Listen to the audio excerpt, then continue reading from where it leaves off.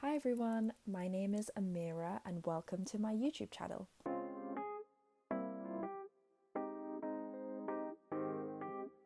So, today we are going to be talking about my January favourites. January has been a very long month, but we have made it. And I'm looking forward to brighter days ahead. As it's the final day of the month, let's talk about my favourites. So, in TV and film, obviously we have to talk about The Traitors because The Traitors was spectacular. I think that this season was amazing, and I've got my iPad here to talk about everything. This season with The Secret Traitor, with Harriet and versus Hugo, with Fiona going rogue. Everything was just spectacular, and Rachel and Stephen made such a good pair. I really adored their partnership, and I was so happy that they were able to split the money. I think it's so well deserved because being a traitor looks incredibly difficult, and I don't think I could do that. And I think they did such a spectacular job, like, especially Rachel. She was just so clever and cunning, and she really masterminded it all. I was sitting there thinking, maybe Rachel is faithful. Whenever she defended herself at the round table, she was just so convincing. Other favourites of the cast are Faraz, Jade, and Jesse and Harriet. I think Faraz, with his nonchalance, was so funny to watch, considering everyone else around him was literally in panic mode all the time. Jade, her outfits were fantastic. I love her hair, her makeup, and just the way that she carries herself. She has such a regal aura around her. So she's very magnetic, in my opinion. Jessie, she's just like a ball of sunshine, and I really like how she presents herself. She's just so positive. That's like a really nice energy to be around. Like, I want to be around someone who's positive all the time, you know? Harriet, oh, she was just so amazing when she came into the confessional and confronted Rachel directly. The way that she said, Rachel, I know you're in there. I'm coming for you, and I am here to stay. Obviously, she wasn't. She got kicked out the next day.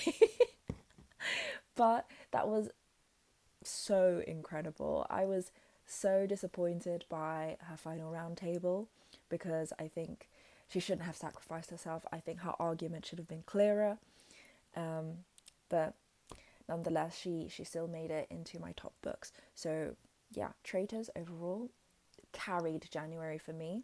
I've been really enjoying the murder, mystery, crime genre. So that entails Lupin on Netflix, and it is so incredible. I love the casting of Lupin. I think whoever casted all of the actors and actresses they're a genius, because it really gave such credibility to the flashbacks from their childhood. I loved watching how Asan created all of these super complex escape plans, and all of these thefts and things, and how he dressed up as all of these different characters. I thought that was so cool. But one thing that I really enjoyed about this show was that it didn't depict Asan as just this really fantastic Robin Hood character. It shows that he's actually a very flawed character in his relationship with Claire and his son. To the eyes of everyone else in the public, in Paris, in the show, he's this amazing, like, mysterious figure who seems to pop up out of nowhere. But for Claire and her son, which I've forgotten the name of, he is actually quite the villain. Like, Asan is the villain in their lives because he brings so much chaos. He's so inconsiderate, and he never shows up for them. He always puts his scheming and his thefts before his family, and he puts them in danger because of it. And I think being able to see that portrayal of Asan made the show so much better, because we weren't just completely idolizing this Robin Hood character, which is, a very typical one. So I thought that was a really great kind of writing of the show, and I really enjoyed that aspect.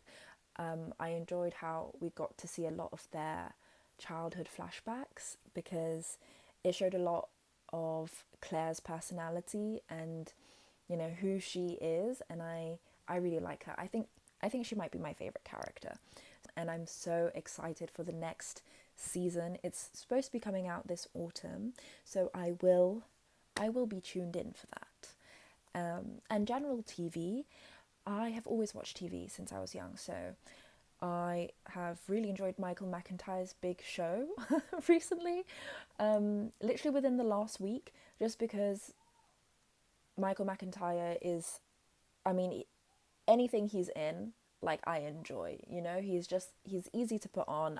I'll enjoy it.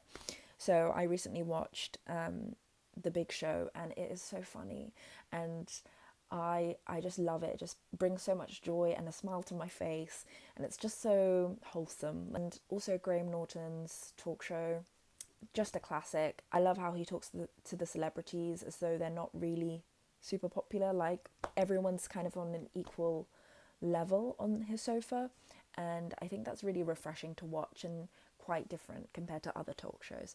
So yeah, those are my TV faves.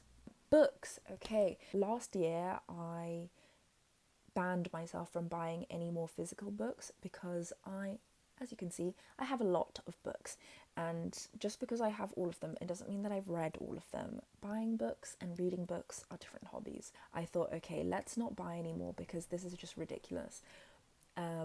So I started a book buying ban in August of last year, I believe.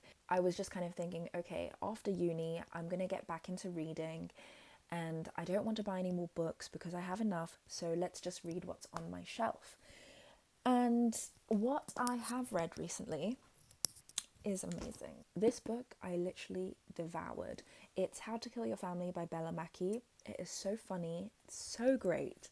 I read this book within 2 weeks, which for me is very, very quick, and I really thoroughly enjoyed it. I think this is the perfect book for someone who wants to get back into reading. Like, if you need something that's sort of easy and exciting and accessible, How to Kill Your Family is such a good one because it's so entertaining, and it's about this girl Grace who plots to kill off every single member of her family, which sounds very, very dark, but actually the writing style of this is very conversational, very witty, and also very quintessentially British. It has a very, like, English tone to it. So I think that's also, it kind of adds to the charm of it. Every single character is very well kind of like fleshed out, and they're really funny because they're kind of stereotypes of people that you might have met in real life. So it's very relatable and just kind of easy to picture these types of characters in person. So yeah, I really enjoyed this story. I would highly recommend if anyone is looking for a book to get back into reading.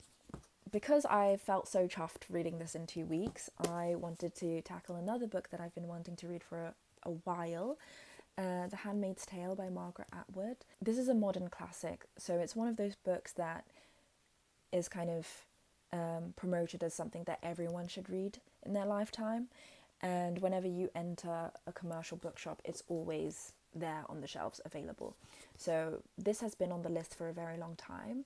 When Trump was re-elected in 2024, I think, I remember seeing an image on TikTok of a bookshop, or I think it was an Oxfam. It was an Oxfam, actually, where someone had put up The Handmaid's Tale as the only book in the window display. So putting all our attention on this book, because once Trump was re-elected,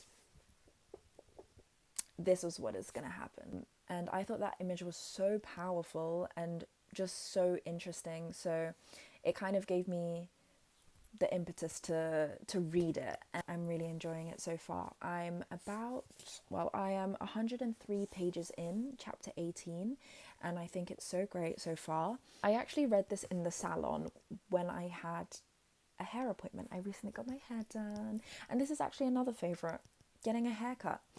I haven't been to the salon for a very long time, and I don't like to go to the salon that often because I find it such a hassle, and a very expensive hassle at that.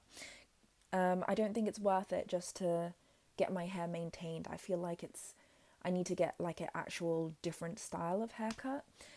So I was looking for a while at where I could get my hair done, and I searched online for model haircuts, which is when trainee stylists do your hair for a lot cheaper. But I found Tony and Guy. They have model appointments going in their London Academy for £20, cut and finish, including a wash, cut, and blow dry. They have like a very short consultation at the beginning where they ask you what you want. Most of the ladies that came in to get their hair done had long hair and were asking for layers. So they all were done kind of at a very similar time. Whereas my hair, I asked for sort of like a Bixie slash wolf cut, lots of layers, and it took a while. It took 3 hours. But hey, it was £20, so I think if you have time to spare, if you don't want to spend too much money on a haircut, then going to an academy where a trainee stylist is going to do your hair is an amazing deal. So I would highly recommend that. Another thing that is a favorite of mine is journaling. So, this is my journal actually. So I've showed this in a previous video, but this is the Louise Carmen inspired journal that my boyfriend made for me for Christmas, which is so beautiful and I love it so much. It has these two charms from different points of my life in Germany. So this one I got at the start of my year abroad in Germany, and this one I got for Christmas when visiting my partner's family home. And I met my partner during my year abroad. So it's very special, it's very like sentimental, and it's so lovely that like it's full leather, so I will have this for the rest of my life, and it's such a thoughtful present. And I think it's given me so much purpose in this time where I am just sort of floating about. I think as I've finished my education, and I'm looking for a job, I'm in this weird sort of limbo period of my life where I don't really have this structured routine. And writing just helps to kind of give me a sense of purpose within this. Also allow this weird time frame of my life to actually just be that. It's a time frame of my life. It's not forever. Like eventually I will find a job and and I will work. Just recently I opened my journal from 2023, which I took on my year abroad to Germany. That was the beginning of the year abroad. And I mean, as a graduate who did a year abroad, I will never shut up about it. I'm going to be one of those people who always brings up the year abroad. I looked back on that journal entry where I flew from London Stansted to Hamburg at 7 a.m. and I then took the train from Hamburg to Rostock for 3 hours, and that was with my big suitcase and my small suitcase and my rucksack, and I was sweating and I was so tired and I was so nervous as well because I didn't know what I was doing, but I was just trying to figure it out. Then I arrived in Rostock and I was thinking, okay, how do I get to my Airbnb? Because it wasn't actually in Rostock because I couldn't find any accommodation within the city centre. So I had to book like a temporary Airbnb. I arrived there on a minibus, which was actually like a temporary service minibus because the regular bus had stopped its service for some reason. And I got there at the Airbnb in pitch black on 2% charge, and I didn't have a portable charger with me. And I wrote that all in my journal, and I relived that moment when I read it back, and it was so emotional seeing that because I just think, oh my gosh, that little Amirah who was so naive and so excited and curious for an adventure. I mean, she got an adventure for sure. I think it's really lovely to be able to look back and see those moments and just think, oh, I've come so far from that. And when it's like a nice journal entry, then you can relive those moments, and I love that. In terms of music, Olivia Dean, The Art of Loving, I have basically been listening to it for the past 2 months on repeat because it's so beautiful and it's, I don't know, I never really listen to albums, I think. I tend to get bored, but with this album, it's a no skip album. Everything is genuinely so good. The lyrics are so beautiful, they're so poetic and so real and relatable, and it feels like such an intimate listening experience. And I think her music just speaks to so many of my experiences and puts into words what the feelings that I could never. Favorites from that album are So Easy to Fall in Love, A Couple Minutes, and Something in Between. I think those songs are just so beautiful. I've recently discovered the Indonesian girl group called Nona, and they're kind of like if Blackpink was Indonesian.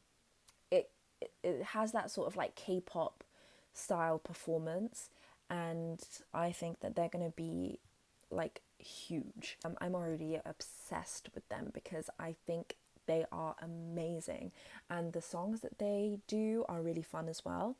On TikTok, Work has been trending, and I watched that, and I think that their performance is incredible.